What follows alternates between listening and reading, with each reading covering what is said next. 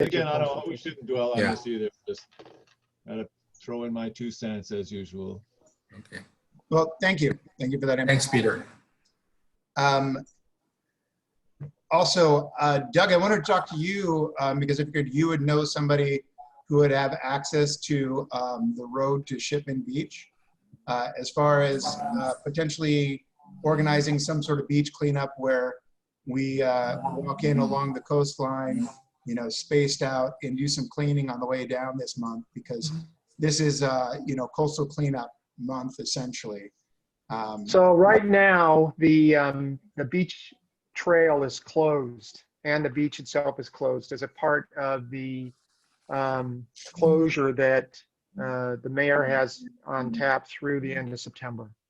So Closed meaning no one can go there, or you can't hang out, because usually, like the rest of the beaches, you can walk on the beach, but you can't like be. you can walk to the water, or you can do Right. fishing, but you can't walk on the beach or do anything on the beach. The beach itself is closed, and the trail, according to DLNR, my understanding with the company, is also closed. Okay. So we'll have to postpone that to next month, I guess. Okay. Okay, we'll talk then. Okay. Does anyone have any announcements? I would just point out that Rotary Polio Plus Day is going to be, I think, the 24th of October. I Right. think that there's going to be a Zoom event 10 to 11:30 on that Saturday. I'm not sure what the details are yet. Maybe Benson does, but so that's the last. I believe that's the. It's not the last Saturday in October, but it's the 24th. Yeah. Polio Plus Day. Yeah, We're it's 10 this o'clock. close. Yeah, 10 o'clock to 11:30. It's a 90-minute thing. And they're gonna have entertainment and speakers and a bunch of stuff. So I'll get the information, Maurice, and send it over to you. Okay, perfect. Yep. And speaking of the 24th, September 24th is Benson's birthday, if I'm not mistaken. Oh, man, another one. Yeah. Okay. I mentioned the birthdays last week, but I think you were over in Boston when I mentioned you. Yeah. But Okay. Well. yeah, happy birthday. Yeah. Thanks. Yeah. Good. Another one. Yippee. All right. Hey, another day above ground is a good day. Yeah. No, I'm happy to still be here. So. We're happy to have you. Yeah. When I'm not here to celebrate my birthday, I'll be bummed out. So. So moving That's on. I have a quick Oh yeah, comment go ahead, if I Peter. can throw in. I just want to put in a plug.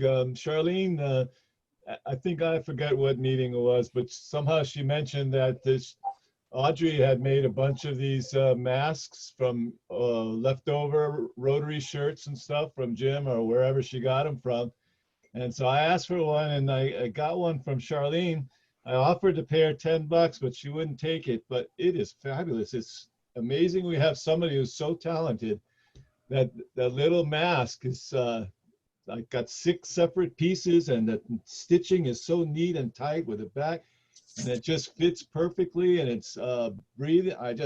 Wow, it's like, wow, we have some talented people.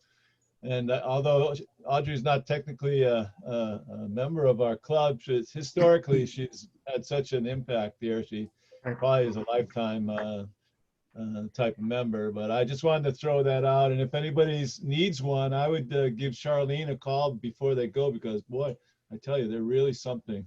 They're really nice.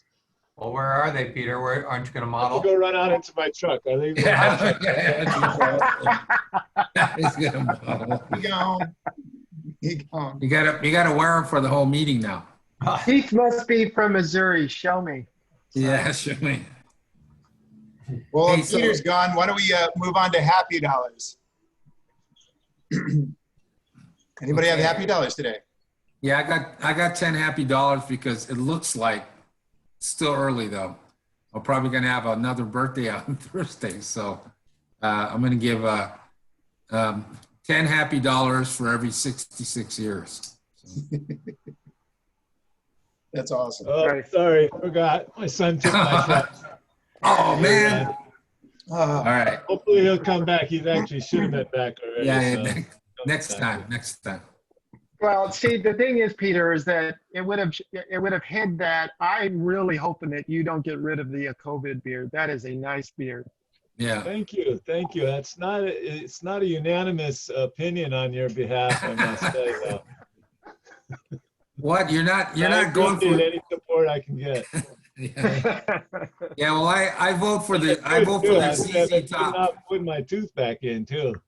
It's Oh, sort of a man. combination, the hair, the beard, the tooth, Yeah. and the sort of surly attitude sort of goes along with it. Yeah. No, like I said, I think you should go for the ZZ Top, man. Uh, Yeah, go for that look, man. It'd be a few more years. The oddball ones every day. I try to catch the ones that are running off. So moving on, gentlemen. Okay. And ladies. All right, I got $10. I'm happy to have so many of my friends here, and then also all of you. So. Oh, thank you. Thanks, Doug. I got 10 happy dollars. My son John turned 18 yesterday. What? 18. Wow. 18.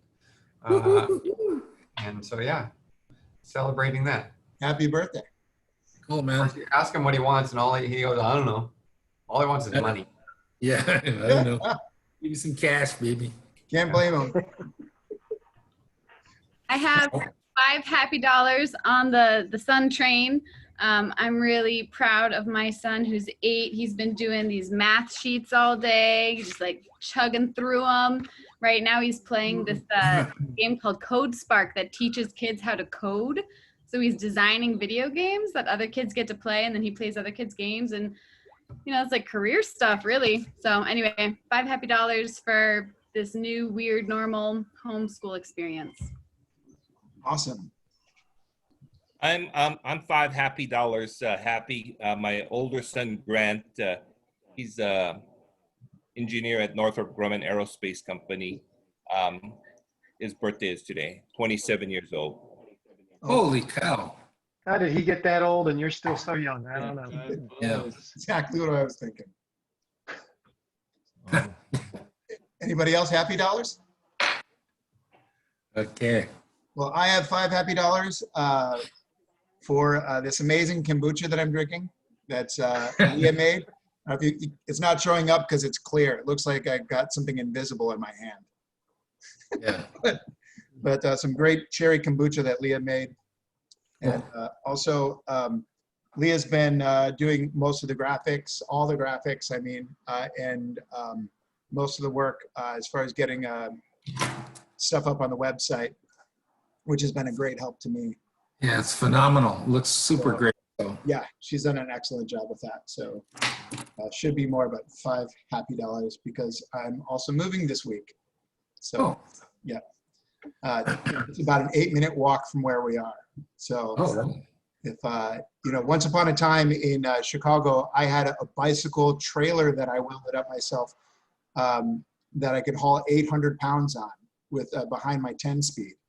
And I moved my entire house. I made a move that way. 2-bedroom house, the appliances, everything. And I wish I had that thing now because I would definitely do it. Yeah. Especially because it's downhill mostly. Yeah. Cool. Yeah. Way to go, man. I'm excited about that. So unless there's anybody else, we will move on to the man of the hour, Doug Adams. Yeah. Hey, Doug, are we allowed to ask questions before we start recording? Sure. Okay, cool. Go for I it. thought you were going to ask a question.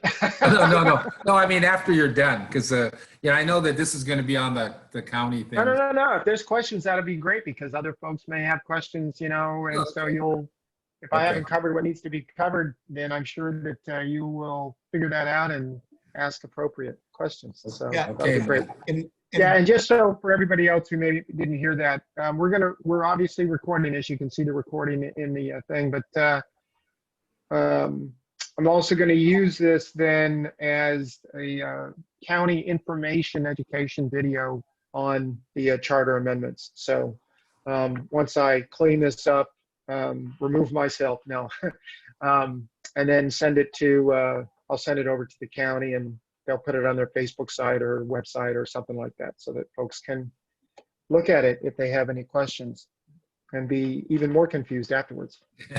Okay. All right, so let me share.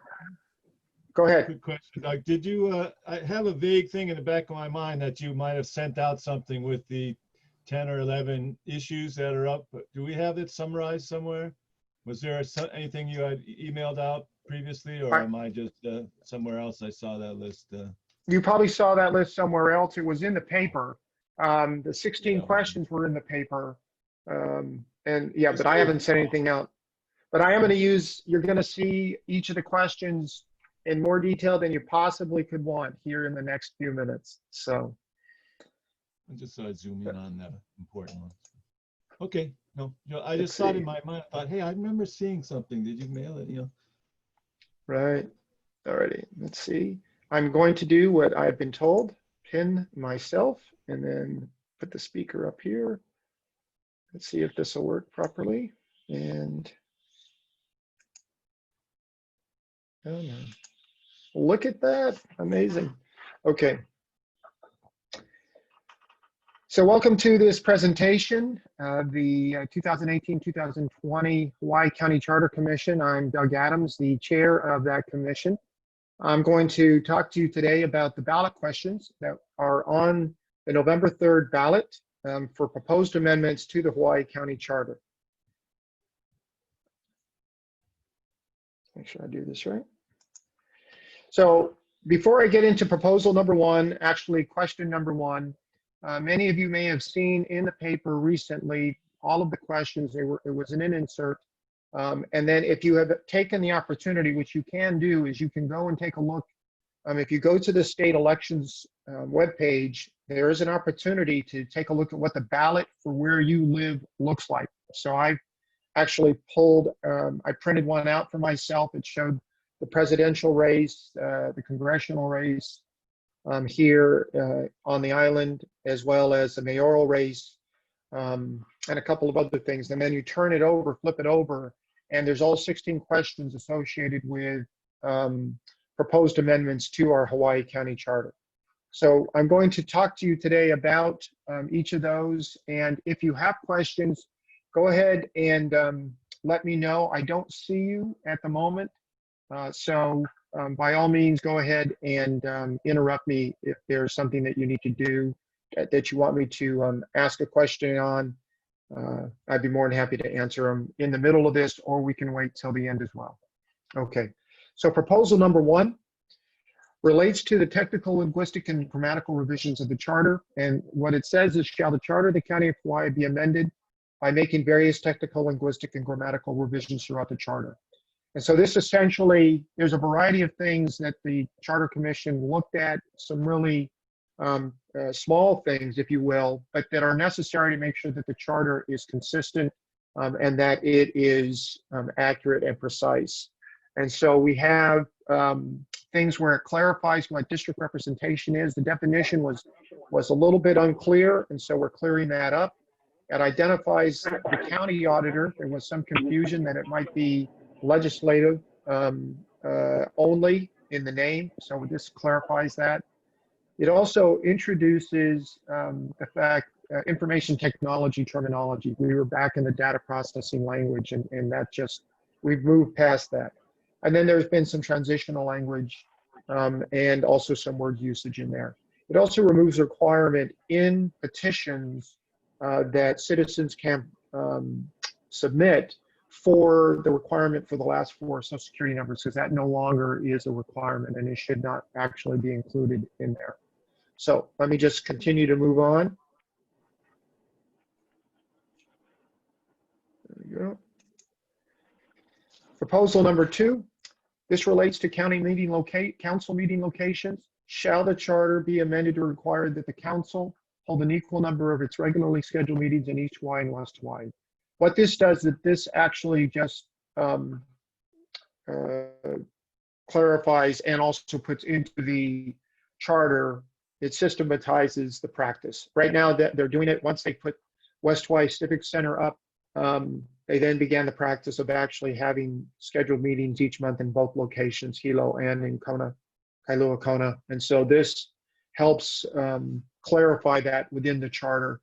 And because previous wording was it was once a quarter was all that was required. You just felt that to make sure that the charter actually identifies the whole island. So an east-west equal access kind of activity. So of course, outside of the COVID era, when people can actually show up for meetings, this supports access to council meetings. Proposal number 3 relates to the Department of Research and Development. The Charter Commission started meeting in 2018, and in the fall of 2018, we had the opportunity to hear from the various departments of the county. We asked them, particularly those that are assigned their roles by the charter. And so we asked them, is there anything within the charter that you would like us to take a look at? And so part of what this phrasing does is that it consolidates the duties and functions that are found in the charter, and it makes the department kind of a linchpin for development programs. And we're talking not land development, we're talking about program development. It also adds environmental responsibilities. The environmental responsibilities are already being undertaken by this department. Those are the kind of things, not environmental management specifically, which of course is its own department, but programs, initiatives, those all fall underneath the Department of Research and Development. And then finally, it removes grant and aid coordination as it's written. Doesn't mean that there isn't coordination that's required, but it does remove it from the charter specifically because each of the departments should be capable of doing their own grant work as well.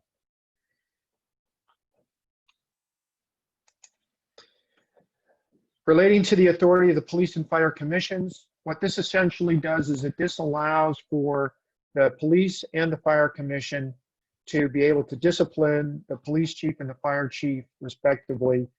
Based right now, what they can do in the charter is they can hire and they can fire. It doesn't give there any leeway for any other type of authority. And it may be that there may be some type of activity that the commission wants to take a look at, and they don't necessarily want to fire based on what something might have happened. Currently, they wouldn't have any other way in the charter to go. So this allows for some discretion within the commissions to be able to discipline if necessary. This is probably one of the more controversial proposals. This is, and we have seen this a few times in the scope of the county taking a look both every 10 years, and also the council has brought this forward as well a few times. And so this is one of the more popular things that we like to do is figure out whether or not we want our council members to be elected every 2 years or every 4 years. The term limit piece does not get changed. A council member will still be able to only serve 8 consecutive years. The question will be whether the voters will support amending the terms of office so that they would serve for 4 years rather than the current 2 years. We have within the document itself, within the proposal itself, the charter would have transitional language that ensures that no one serves longer than 8 consecutive years, even somebody that's currently a council member, and then when this would actually start. So that the 4 years period would start in 2022, and then there are a variety of transition initiatives associated with each. If somebody falls into if somebody who's an incumbent now falls into a particular case, or somebody that's elected in 2020, how they would in fact be treated by the charter for elections. So it reintroduces the 4-year terms to the county council. It maintains a maximum of 8 years of consecutive service. And then of course it starts in 2022 with the transition plan for incumbent council members. I should probably mention this was not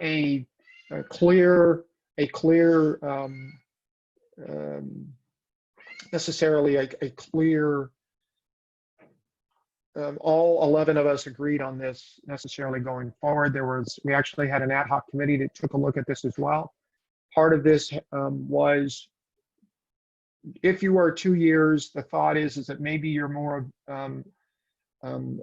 paying attention to what your constituents' needs are. If you are 4 years, maybe you're better at doing the governing work that council members are expected to do. And so where this falls out and how voters feel about this, we'll see again on in November. And, as folks vote prior to that, but in November is when we'll find out what the results are and how they feel about this. I have to say that we had, even in the public testimony we had folks that were on both sides of this. So this will be one of those that'll be interesting to see where the voters are at. This is one of 2 proposals that relate to the Public Access, Open Space, and Natural Resources Preservation Fund and Maintenance Fund, otherwise known as the PONC Fund or the PONC Maintenance Fund. This specifically talks to the PONC Fund itself. And this was brought to us by the folks that are looking at this fund on a regular basis, making sure that we're actually using the funds that are provided through the 2% of our real property taxes, making sure that those funds are being used to purchase land in fee or easements for the public access, open space, and natural resources preservation purposes that's in the charter. What this would do is that this now allows monies that are collected from the real property taxes and placed in this fund to be used to pay for staff dedicated to supporting the purposes of the fund. What the commission found through testimony and through its own work, as well as an ad hoc committee looking at a variety of things having to do with this fund and the maintenance fund, was that we weren't necessarily making the best use of the fund to do for the purpose of which the money's being raised, meaning we're not actually spending the money quickly. And part of the way of getting that done was maybe having somebody specifically addressing that as a staff member. So, so what we're asking the voters to do here is to allow some of the funds that right now are dedicated to just purchasing, acquisition of land and easement, to also use a portion of that for salary purposes, salary and benefit purposes. Proposal 7, question 7, shall the charter be amended to allow the county council to discipline its members through temporary suspension without pay for disorderly or contemptuous behavior or failure to attend 3 or more regularly scheduled council meetings without being excused by the chair? So this was asked for by the council. They found in their rules of practice that they didn't necessarily have the ability to discipline their own membership. And so this would allow for that discipline. There is no ability for the council to kick somebody off. This is only up to a month in the charter language itself, if it is supported by the voters. And of course, we would expect this to be used rarely, but we all are aware that we had a situation just last term where there was a district effectively without representation on the council for a significant period of time. And the council didn't have any way of managing that. So this is designed to help with that if something like that happened. This is question number 8, relating to the Department of Information Technology. There's a lot of words here. Essentially what this does is that the Department of Water Supply is as many of you know, is a semi-autonomous department. So they manage just about everything in their department, including their own information technology, and it says so in the charter. Well, the information technology systems, both in the prosecuting attorney's office as well as the Hawaii Police Department, are law enforcement specific. And as a result, those departments are actually maintaining their own information technology systems. This just establishes that fact, and it clarifies what the Department of Information Technology has in terms of oversight within the county department, the county governance. So it removes it removes the prosecuting attorney's office IT system as well as the HPD IT system, and it clarifies then that the rest belong to the Department of Information Technology.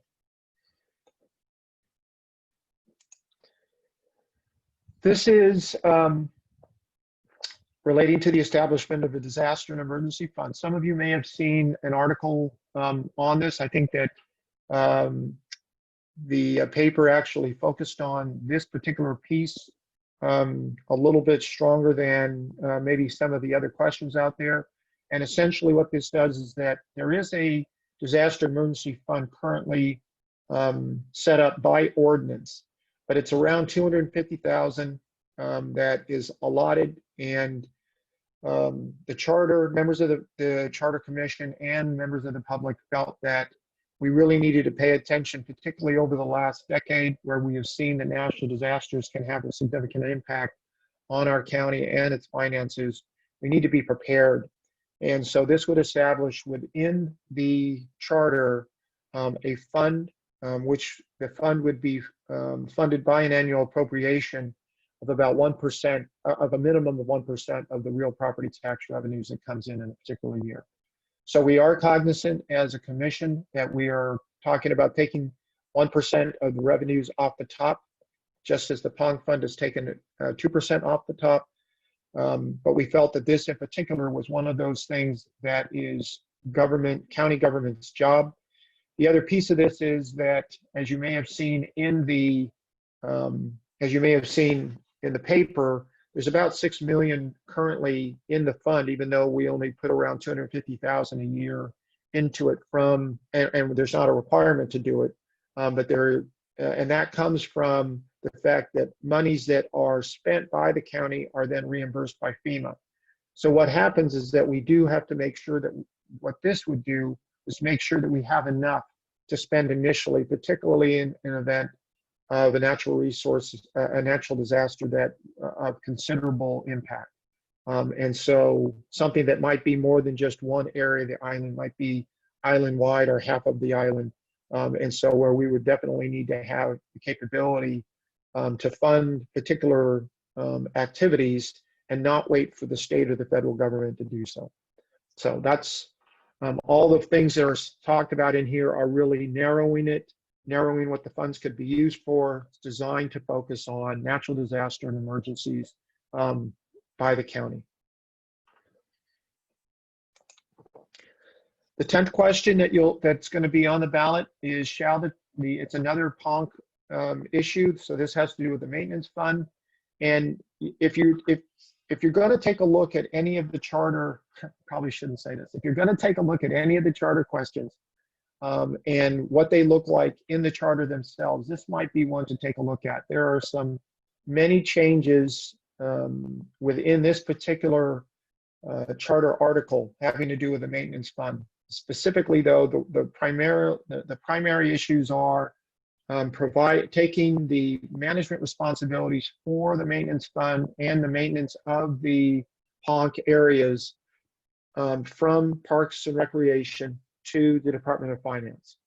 And then the way that the fund may be used has been expanded. So on purpose, intentionally, no funds were going to be allowed from the maintenance fund to build anything on these lands that were purchased by the funds from the preservation. So the lands, whether it was fee simple lands or easements. What the discovery by the folks that are in the stewardship of those lands is that created more problems, not having anything. So you had no ability to put any toilet facilities up, and as a result, you had problems associated with that. You had no trail maintenance being allowed, and as a result, you had people tracking all the way through preservation lands, conservation lands that had been purchased through this fund in a way that was not supportive of the preservation of the land itself. So these are, and there are other examples here: equipment storage sheds, things getting stolen because they didn't have a place to lock them up. The stewards didn't have a place to lock them up. So this says, hey, we need to take care of some of these things that are associated with the maintenance of these lands. If we're going to spend money actually purchasing these places, then we do need to spend some money as well to take care of taking care of it. And so that's what this is designed to do. And then finally, there is some compensation that would be allowed through the grant process where a stewardship organization, nonprofit comes in and says, we'll take care of this particular piece for you. Part of the business plan that they present as a part of their application can include compensation for those who are doing the work. And so that's what this particular amendment also includes. Proposal 11 has to do with the mandatory charter reviews. So we have every 10 years on the year that ends in a 9, actually, because the year that ends in a 0 is when we actually have the election that considers these things. So just as we had a charter review in 2018, 2019, 2020, there was one that was held 10 years ago, 2009, 2010, 10 years before that, et cetera.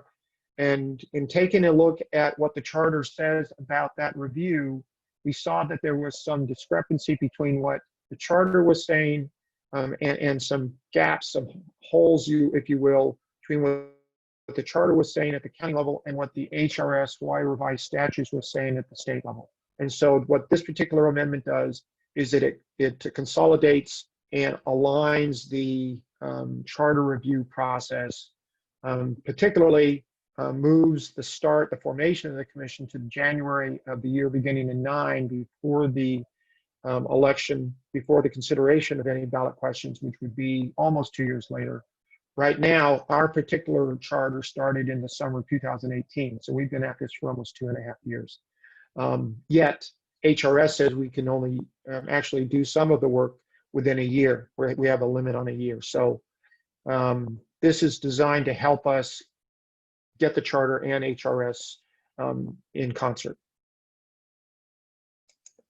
Number 12 relates to the qualifications of the corporation counsel. This is the person who is the head lawyer, if you will, for the county. The prosecuting attorney, of course, is the head of the attorneys that prosecutes crimes against the state. Corporation counsel is the group of lawyers that support the county in the administration of the county and its work. And so right now, the qualifications for that counsel, the lead lawyer, if you will, is that they're a lawyer in the state of Hawaii. And so it was felt that adding some supervisory experience as well as some law experience was probably appropriate. And so that's what this does. Number 13 has to do with the Hawaii Fire Department, both the fire department functions, the fire chief qualifications, and the fire commission powers and duties. Water safety, particularly with the Coast Guard moving their ship from our harbor back to Honolulu, is a fire department function. And so we established it as a core function in the charter. They're already doing the work. It needs to be identified as such. We also talked about minimum qualification requirements for the fire chief. And then we further clarified fire commission powers, duties, and functions. We're almost there, folks. Number 14, relating to membership on boards and commissions. We've been a nonpartisan county in terms of the elected offices since 2000. And yet our charter continues to have, to ask that whenever we identify members of boards and commissions, that the boards and commission, that we look at the political party so that we make sure that boards and commissions maintain nearly an equal portion of Republicans and Democrats and all that kind of stuff. Well, it's been nonpartisan for a long time. And so this would remove the political party affiliation requirement and continue to make it, as is a practice right now, based on the merits of the individual and the fit of that individual to the function of the board or commission that that person's going to serve on. Number 15 refers to our capital budget and capital programs. Of course, this has to do with infrastructure, long-term contract, long-term work, if you will, stuff that can be amortized if it needed to be. And currently, the charter does not establish a connection between the prioritization criteria and those documents that should set those up. So this will align then our priorities for capital improvements with the county general plan, county community development plans, emergency expenditures, and any other pertinent functional plans. And that catch-all phrase is designed to make sure that we don't run afoul of any state and in particular federal guidelines that we may have to follow in our capital improvement program. And then finally, 16 relates to the Board of Ethics, and the question is, shall the charter be amended to clarify that the rules of procedure of the Board of Ethics shall have the force of law, and that it grant the Board of Ethics authority to impose civil fines for violations of the Code of Ethics. This is a relatively big deal in the sense that the Board of Ethics really doesn't have a whole lot of teeth currently. It can identify when there have been violations of the Code of Ethics, and then it can turn those violations over to the department heads that have responsibility for them. If there are, and that's about it. So what this would do is it would authorize the Board of Ethics to establish a procedure for imposing civil fines of a minimal amount. It's not a huge amount, but it would be something to give some teeth to potential violations of the Code of Ethics. Clearly, there would have to be due process that would be part of the procedure if you're going to be taking property from someone in result of a violation. But this actually gives the Board of Ethics something where they actually have some teeth in the things that they're able to do. And then finally, the rules of procedure would have the force of law in the charter, so it's clear that those rules and the things that they say are legal in nature and not just advisory. So I believe that's where we're at, and I'll stop that share and come back to each of you and ask if you have any questions that I may answer associated with the 16 ballot questions that are going to be on the ballot November 3rd, which you will receive in the mail as a part of your ballot for this election. Sure, Benson. Yes, so I have a question about, because I haven't seen them laid out on the ballots, but do they need like a minimum amount of votes to get passed, or because, you know, as you know, some people, if they don't understand, they're just going to blank. They're not going to vote for it. So does it take like 1,000 votes or something for it to pass, or you know, how do they determine whether it passes or not? That's a really good question. The number of votes that are cast for a particular question turns into the denominator, and you just got to get 50% plus one vote. So for example, if question number 1 had 2,000 votes for it, it would take 1,001 votes for it to pass. If question number 2 only had 1,000 votes for it, even though question 1 had 2,000, it would take 501 votes for it to pass. Right? So whatever the number of total votes are for a particular question, it's 50% plus one vote for that question to pass. Okay. So is that explained on the ballot? I mean, do No. people realize that? Okay. Do people realize that? I'm not sure. Yeah. Part of the confusion is that the way we vote for ballot questions and sometimes the way we vote for individual candidates isn't always the same.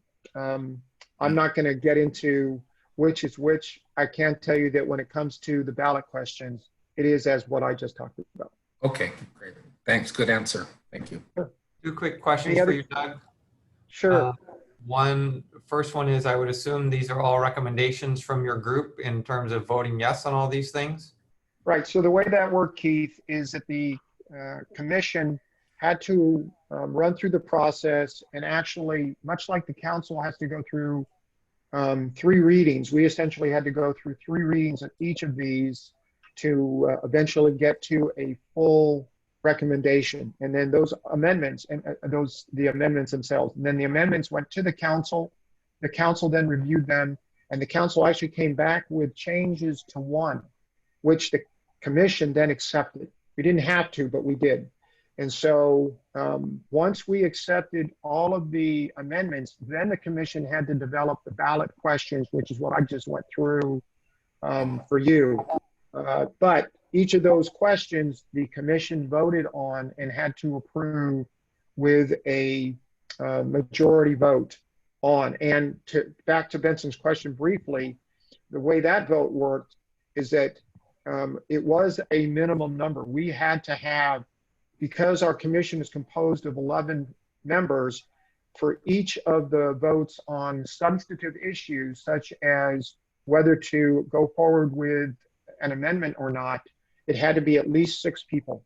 The 6 members had to vote aye. So if we only had 9 folks at a particular meeting, we still needed 6 to go forward, just the way that was. You had a second question. Yeah. How do you get all the exciting jobs? I don't know. What I do is I ask people what Keith Say Merritt yes. would do. Thanks, Doug. Wow. Peter, you must have a question.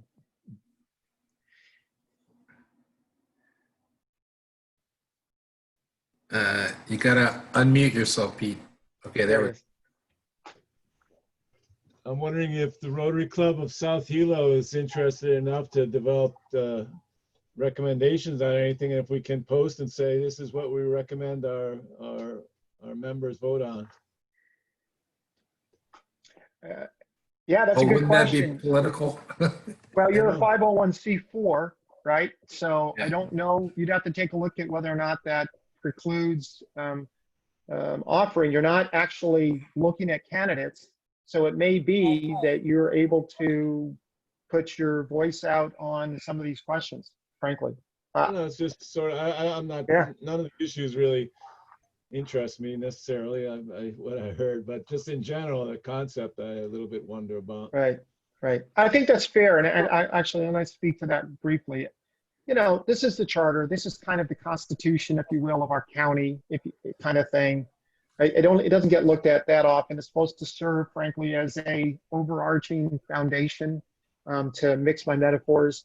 And, but every 10 years, we know we're going to take a look at it, making sure that all the I's are dotted and the T's are crossed properly. And if there's something that needs to be fixed, or time has changed, or we tried something and it didn't quite work, and we need to take a look at it again, then this provides us that process. In general, unless something was just super crazy, we're not going to be changing full bore things, right? Just isn't the way. This thing's been operating properly. Most of the changes you see are going to be done at the council level with the ordinances. But occasionally there may be something that, because it's in the charter, needs to be reviewed, and that's what this process is about. So I was involved during the period when the Department of Environmental Management was created and was split off, and there was a lot of, it was the Charter Commission that really was the lead and the one that really took the center of focus of everything. And that was a very interesting process. So I have a couple of rapid fire rarely questions. If you does will, it Doug. really, any issues really come up that are really earth shaking. Right, right. So Yes, Maurice. for number 1, do you have proposed language for that? Yeah, so you can actually go to the Hawaii County homepage. Okay. And on the Hawaii County homepage, you can go to the, actually, let me see if I can pull that up real quick, okay? Hold on one second. And let's see.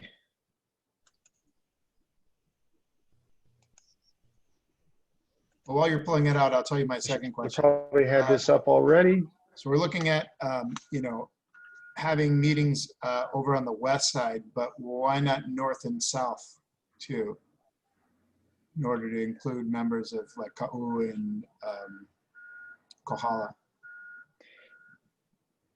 The easy answer, frankly, to that is the fact that they don't necessarily have the capabilities there, right? So if you need the ability to allow for folks to give testimony, or it's actually some of the video capabilities as well. That does not exist in a way that would allow for, there isn't the room for the entire council to show up at one of those locations necessarily.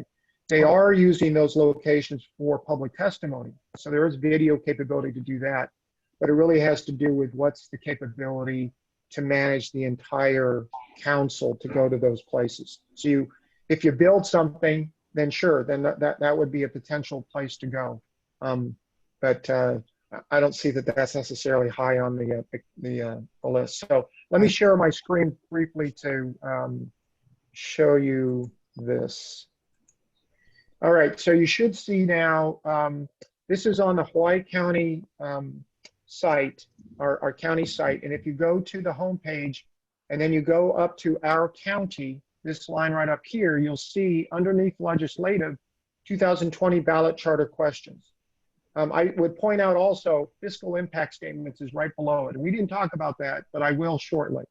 When you press on the ballot questions, this is the page that shows up. You can view the questions themselves as they'll appear on the ballot. And then in addition, so I'll press that. And what will happen is that you'll see each of the questions. It'll show you this document that we provided. It will give you the summary and the questions, but further on, you can go past this and it will give you, we're almost there, keep going, 16, okay. It will give you the actual charter amendment wording. So you can go into here, so this has to do with proposal number 1, right? What the questions and how it actually will impact.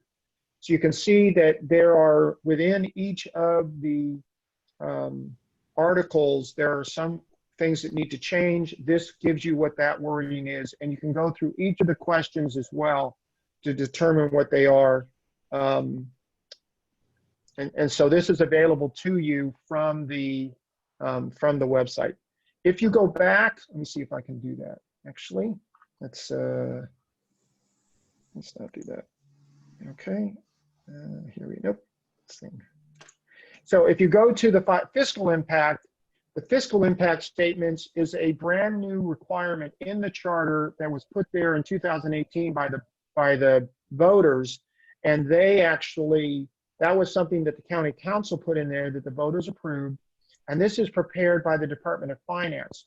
So when our amendments are prepared, then the information is provided to the Department of Finance, and they look at what the fiscal impact will be of that particular proposed amendment. And so you can go here and get the fiscal impact on any of these. So when I was talking about the, I think it was proposal 9, which had to do with the establishment of disaster and emergency fund, the fiscal impact here actually does mean something, right? There is going to be some fiscal impact associated with voting for this particular amendment. Most of the others are minimal or none when it comes to that. So, so that, hopefully that answers your question, and also shows you where you can go if you want some more information on the questions, and then potentially on what the fiscal impacts are as well. Thank you. Okay. If there are no other questions, I really appreciate the opportunity to speak to you about this, what the ballot questions are. It's important to vote, and then I hope that you will support these amendments, but I encourage you actually take a look and make your own mind up on whether or not we need to change the charter in this way in 2020. Thanks so much. Thank you, Doug. Thank you. And I will end the recording there.